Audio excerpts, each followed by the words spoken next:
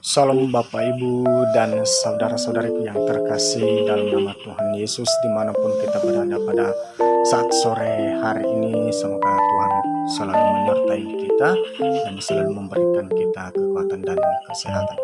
Jadi dalam kesempatan ini pada sore hari ini saya akan membahas tentang materi bagaimana kita seorang hamba Tuhan untuk memberitakan suatu Injil dalam suatu tempat, tapi tidak lepas kita harus belajar dan menguasai yang namanya lintas budaya, sehingga Injil yang harus kita sampaikan boleh kita dapat cepat itu menyampaikan karena kita sudah memahami dasar dan kita sudah memahami bagaimana keadaan suatu budaya tersebut yang kita harus injili.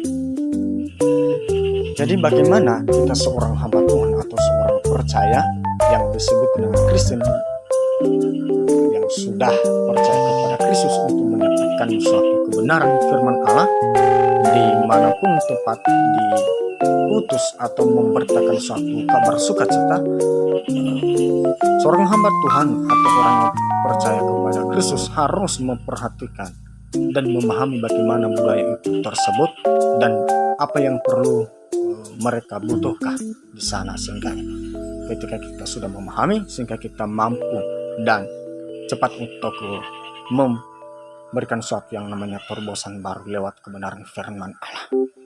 Jadi dalam kesempatan ini pada sore hari ini, kalau kita menyampaikan sesuatu yang namanya firman Allah, ada beberapa hal yang harus perlu kita gunakan sehingga lewat alat itu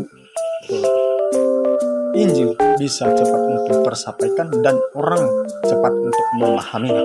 Artinya bahwa satu, kita harus menggunakan yang namanya media yang ada dalam budaya itu tersebut, sehingga dengan lewat budaya itu tersebut mereka cepat untuk memahami dan mengerti bahwa pada bagian ini Yesus pun menyampaikan suatu cerita yang tidak asing bagi masyarakat umum, yaitu tentang pelita atau lapuk. Markus memulai cerita ini dengan ungkapan Tuhan Yesus, artinya bahwa apabila seorang memasang pelita, apakah ia akan menutupinya dengan sebuah kotak untuk menghalangi? Tentu saja tidak, karena sebab kalau tertutup, cahayanya pun tidak akan terhilang. Dalam Markus 3 ayat 7-10 merupakan fakta yang menyatakan bahwa Yesus melakukan misi penginjilan bukan hanya kepada orang yang ada di sekitar Galilea atau kepada bangsanya sendiri, tetapi sampai ke daerah yang disebut dengan kafir, artinya orang yang masih belum mendengar yang namanya tentang Injil atau Yesus Kristus itu sendiri.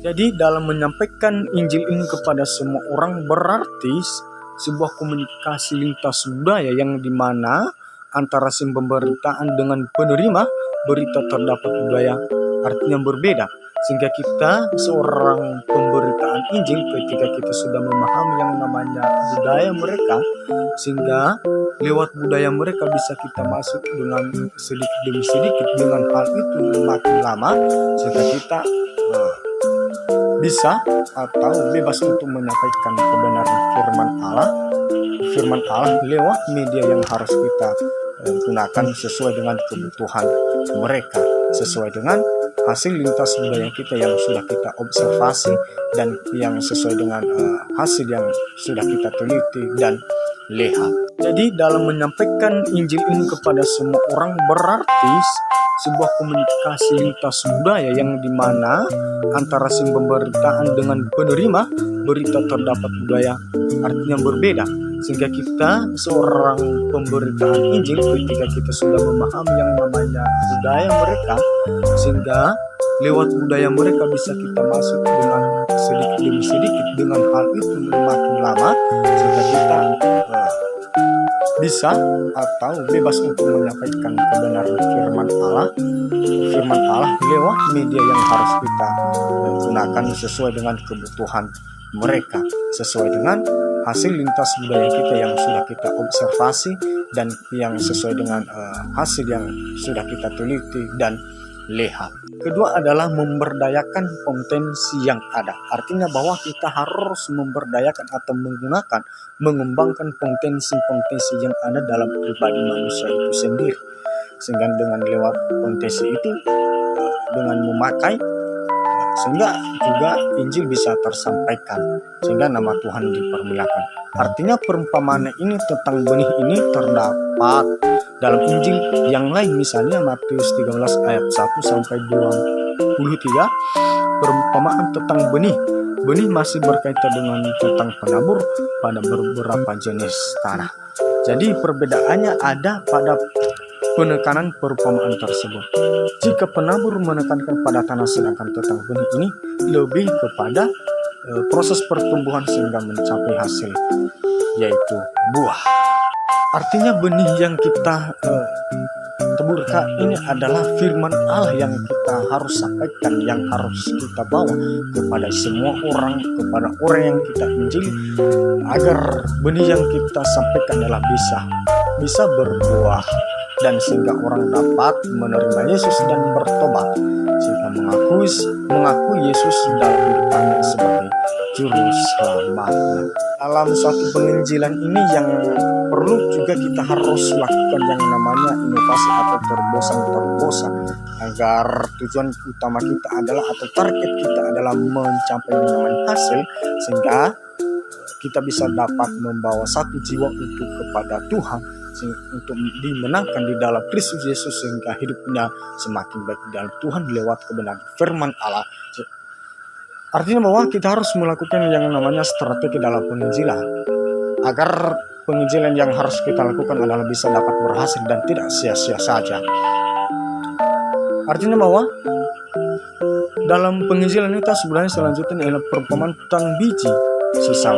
Injil Markus memberikan perumpamaan yang mengabarkan tentang proses pertumbuhan dan kemajuan yang pesat dari kerajaan Allah yang terlihat dari luar. Jadi teman-teman dan Bapak Ibu semua yang dikasihi Tuhan, dalam penggunaan cerita yang digunakan ini suatu informasi dalam menyampaikan Injil dalam lintas budaya, karena cerita yang digunakan adalah informasi yang dikenal semua orang dalam kalangan sosial.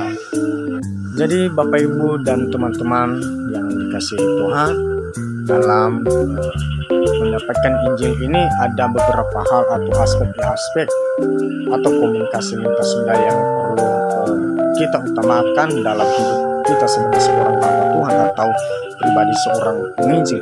Yang pertama adalah ada dua hal yang penting yang tidak terlepas dalam kehidupan kita. Yang pertama adalah kita harus menjaga yang namanya kehidupan yang kudus. Artinya bahwa seorang hamba Tuhan atau seorang pemberitaan Injil sebelum menyampaikan Injil harus benar-benar sudah bertobat dan lahir baru dan mengenal Yesus Kristus atau siapakah Yesus di dalam kehidupannya, sehingga lewat dengan hidup yang kudus yang kita pertahankan dimanapun kita berada di tengah-tengah masyarakat, sehingga orang dapat diberkati lewat penyampaian firman Allah yang kita harus lakukan.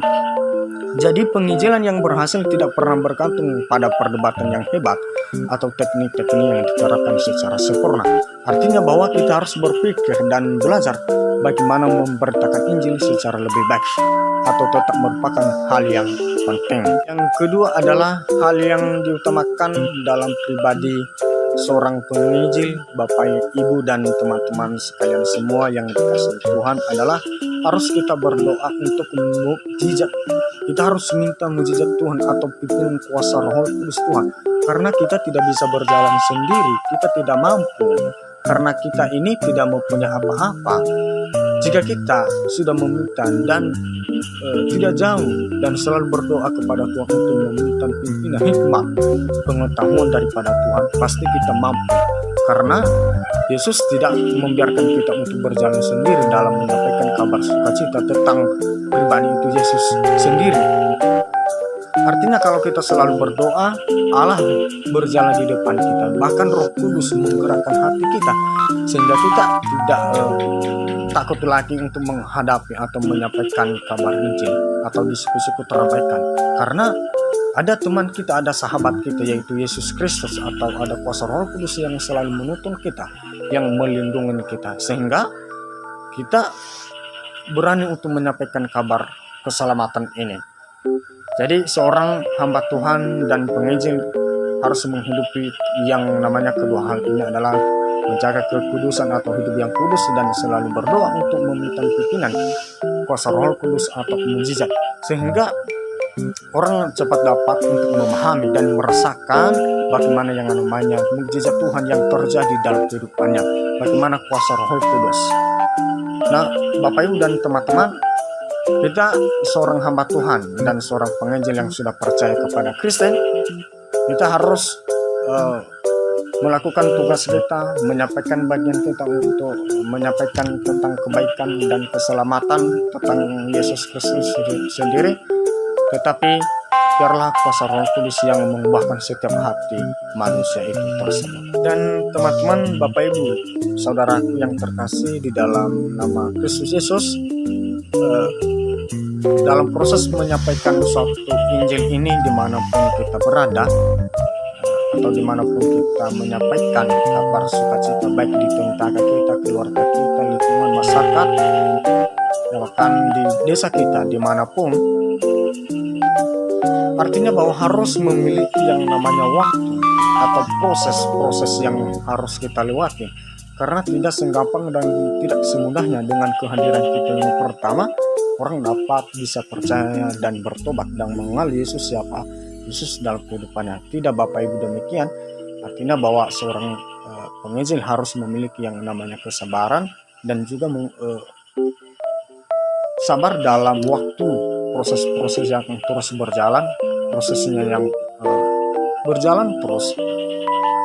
Jadi dalam hal itu seorang penginjil tidak berarti harus dengan menunggu waktu yang cepat, tidak, karena hal itu semuanya terjadi hanya karena kuasa dan kehendak Roh Kudus dan kuasa Allah itu sendiri. Artinya bahwa dalam menyampaikan Injil ini harus ada yang namanya kayak hidup yang terbuka. Artinya bahwa tidak cukup sekali kita berkunjung di suatu tempat dimanapun kita berkunjung untuk membawa kabar keselamatan. Tidak cukup demikian waktu yang hanya sekali, itu memiliki waktu yang proses yang panjang, waktu yang berkali-kali kita berkunjung. Artinya kita memperhatikan, kita memberitakan kebenaran firman Allah. Artinya kita harus memperhatikan hidup orang itu tersebut. Siapakah orang yang kita harus Injilin itu harus kita betul-betul untuk perhatikan bagaimana kayak hidupnya. Apakah dia terbuka atau dia tidak menerima Injil. Jangan-jangan kita terus menghabiskan waktu kita sementara orang itu tersebut tentang untuk mengeraskan hatinya untuk tidak mau menerima Yesus dalam hidupnya. Jadi itu butuh waktu yang cukup lama. Jadi kita seorang hamba Tuhan harus tetap memiliki yang namanya kesabaran dan terlebih tetap merendahkan dan selalu meminta kuasa Roh Kudus. Biarlah kuasa Roh Kudus, karya Roh Kudus yang bekerja dalam hidup orang itu tersebut. Nah, yang terakhir adalah atau yang selanjutnya dalam mengikuti Yesus ini tidaklah mudah untuk suatu keputusan yang cepat untuk bagi orang dunia yang belum mengenal Kristus, dan juga kehidupan orang yang sudah percaya dalam Kristus Yesus tidak mudah juga. Artinya bahwa sama-sama harus mengalami yang namanya proses demi proses, sehingga berjalan demi proses, sehingga menikmati yang namanya proses, dan selalu setia. Pasti seorang penginjil tersebut tidak akan pernah sia-sia apa yang pernah dia sampaikan, karena kuasa Roh Kudus yang berkuasa. Karena bukan kita yang berkuasa, Roh Kudus Allah yang ada dalam hidup kita ini yang berkarya, yang berkata-kata, yang berkuasa. Artinya bahwa banyak gereja merencanakan kegiatan semacam hari pada hari kemerdekaan atau pada hari-hari libur lain. Ini karena itu khususnya pada hari kemerdekaan orang-orang Kristen tidak hadir dalam kegiatan-kegiatan yang penting di tengah-tengah masyarakat. Artinya bahwa banyak orang Kristen mendapat bahwa bergabung bersama saudara-saudara seiman dan melakukan kegiatan-kegiatan di gereja dan juga pada hari libur lebih penting daripada ikut berpartisipasi bersama para tetangga dalam kaitannya yaitu lingkungan setempat. Artinya bahwa tidak mudah untuk mengambil suatu yang namanya keputusan dalam keadaan situasi apapun yang kita hadapi, tidak senggampangnya. Apalagi orang yang harus kita injili tidak senggampangnya untuk menerima ya. Dengan sekali kedatangan kita langsung menerima, tidak. Artinya bahwa ada proses tahap-tahapan yang harus dilewati. Artinya sehingga dengan proses yang sudah dilewati dan dinikmati, maka tidak akan menjadi sia-sia apa yang sesungguhnya yang harus kita beritakan. Sehingga jadi Bapak Ibu dalam menyampaikan Injil ini, seorang penginjil dalam pribadinya harus menghidupi yang namanya kasih.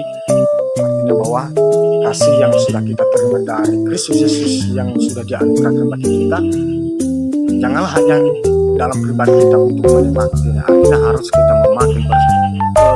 membagi-bagikan kepada sesama kita kasih yang Tuhan berikan bagi kita, supaya juga orang menikmati bagaimana kasih Allah di dalam kehidupannya. Paulus dengan jelas mengajar kita bahwa kita harus melakukan apa saja yang diperlukan untuk memenangkan orang yang tersesat. Sebagai ayat pendukungnya ada dalam 1 Korintus pasal 9 nanti ayat 22. Jika sebaliknya kita tidak melakukan hal ini, pasti kasih yang sudah kita terima dari Tuhan Yesus hanya berfokus pada diri kita sendiri. Artinya kita tidak menjadi berkat bagi orang lain lewat kasih yang sempurna yang kita sudah terima dari Kristus Yesus. Seharusnya bagi hidup hamba Tuhan harus membagikan kasih yang dia sudah terima dalam Kristus Yesus. Dan ini hal yang utama yang harus kita lakukan dalam mengembar Injil ini adalah harus kita menghidupi yang namanya kasih. Jadi walaupun kita menyampaikan sesuatu yang namanya kabar sukacita tanpa ada yang namanya kasih dalam hidup kita, apalagi dalam menyampaikan kabar keselamatan, menolong saudara-saudara kita untuk mengenal siapa Yesus dalam hidupnya, tanpa ada kasih itu kita lakukan, maka semuanya itu akan menjadi sia-sia karena tidak berdasarkan dengan keikhlasan hati kita. Sesungguhnya ketika kita sudah menerima kasih daripada Allah yang sempurna yang Dia sudah anugerahkan bagi kita, maka kita juga harus membagikan kepada sesama kita, menolong sesama kita, membantu sesama kita, mengarahkan sesama kita, memotivasi sesama kita untuk mengarahkan hidupnya dan percaya dan terbuka diri kepada Tuhan Yesus Kristus, supaya dia juga dapat menerima kasih yang sempurna daripada Yesus Kristus. Jadi sama seperti Allah, ketika kita sudah berdosa yang hina ini, maka hanya dengan kasih anugerah Allah kita boleh dapat hidup sampai saat sekarang ini. Artinya kita menerima hidup yang kekal. Sebenarnya kita tidak layak, tetapi hanya karena kasih. Jadi begitu juga dengan dalam hidup kita ini harus menghidupi kasih Allah yang sempurna itu, dan kita harus juga membagikan kepada sesama tetangga dan bahkan kepada semua orang. Bahkan Tuhan Yesus pun mengasihi kita semua di seluruh muka bumi ini. Jadi teman-teman dan Bapak Ibu Saudara sekalian, demikianlah materi yang bisa saya bagikan kepada kita pada sore hari ini. Saya tahu bahwa dalam penyampaian ada beberapa hal yang tidak tepat untuk menyampaikan, baik dalam kata-kata, bahasa, tutur kata, ada banyak hal kekurangan. Saya tahu bahwa saya adalah manusia yang tidak sempurna, tetapi hanya Yesus Kristus adalah yang sempurna. Jadi semoga video yang bisa saya sampaikan dan yang bisa saya bagikan melalui materi ini, kita boleh dapat membuka wawasan kita lagi, akan bisa memberi hal yang baik untuk kemajuan kita ke depan. Terima kasih, Tuhan Yesus memberkati. Salam.